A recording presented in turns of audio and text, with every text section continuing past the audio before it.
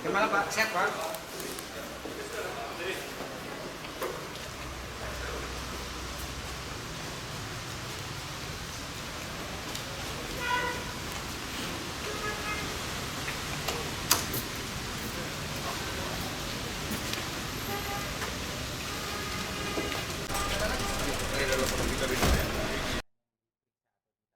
Dua pejabat PT Inalum yang akan kita lakukan penahanan pada hari ini dengan dugaan korupsi dalam penjualan aluminium alloy pada tahun 2018 sampai dengan tahun 2024. Pada hari ini, 17 Desember 2025, kami tim penyidik Kejaksaan Tinggi Sumatera Utara setelah melakukan serangkaian pemeriksaan secara maraton dan juga beberapa waktu yang lalu kita juga telah melakukan penggeledahan terkait adanya dugaan tindak pidana korupsi pada penjualan aluminium alloy oleh PT Indonesia Aluminium atau Inalum pada tahun 2019 kepada PT Prima Alloy Steel Universal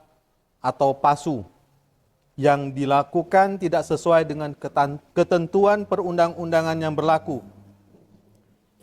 Tim penyidik pidana khusus Kejati Sumatera Utara setelah menemukan minimal 2 alat bukti yang cukup pada hari ini Rabu 17 Desember 2025 sebagai tindak lanjut dari surat perintah penyidikan Kepala Kejaksaan Tinggi Sumatera Utara dengan nomor print 28-L-2-FD-10-2025 tertanggal 27 Oktober 2025 menetapkan status tersangka kepada 2 orang, yaitu 1.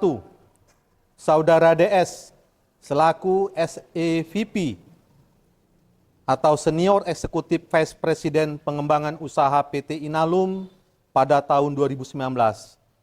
Dan Saudara JS selaku Kepala Departemen Sales dan Marketing PT Inalum 2019.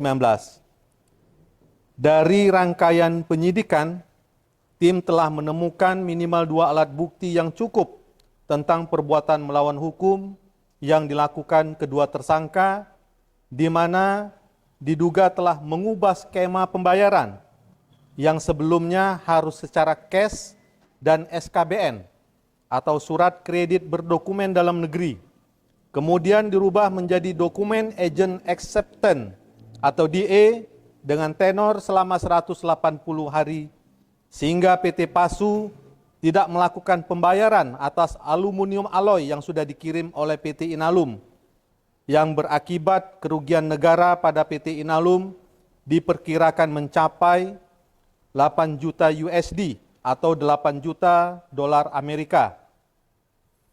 Yang jika kita konversi ke dalam rupiah saat ini diperkirakan mencapai 133 juta 400. Kami ulangi,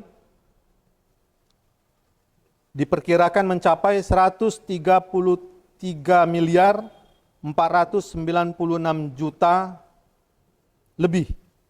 Namun untuk kepastian nominal kerugian negaranya saat ini masih dalam proses perhitungan. Kepada kedua orang tersangka dijerat dengan sangkaan melanggar pasal 2 ayat 1, subsidiar pasal 3, jungto pasal 18 Undang-Undang 31 tahun 99 tentang pemberantasan tindak pidana korupsi, sebagaimana telah diubah dengan Undang-Undang nomor 20 tahun 2001 tentang perubahan atas Undang-Undang nomor 31 tahun 1999 tentang pemberantasan tindak pidana korupsi, junto pasal 55 ayat 1 ke 1 KUHP. Berdasarkan pertimbangan subjektif terhadap para tersangka, menghindari tersangka mengulangi perbuatannya, menghilangkan barang bukti ataupun melarikan diri, penyidik tindak pidana khusus melakukan penahanan terhadap tersangka 20 hari ke depan dengan surat perintah penahanan yang ditandatangani Kepala Kejaksaan Tinggi Sumatera Utara dengan nomor PRIN 29-L-2-FD-2-12-2025 tanggal 17 Desember 2025 untuk tersangka JS. Dan nomor PRIN 30L-2-FD-12-2025 tanggal 17 Desember 2025 untuk tersangka DS. Dengan perintah terhitung hari ini 20 hari ke depan dilakukan penahanan di rutan kelas 1A Tanjung Gusta, Medan. Dapat kami sampaikan kepada rekan-rekan sekalian bahwa tim penyidik terus bekerja melakukan pendalaman dan jika dalam pengembangannya ditemukan adanya keterlibatan orang ataupun pihak lain maupun korporasi, tentu akan dilakukan tindakan hukum sebagaimana mestinya.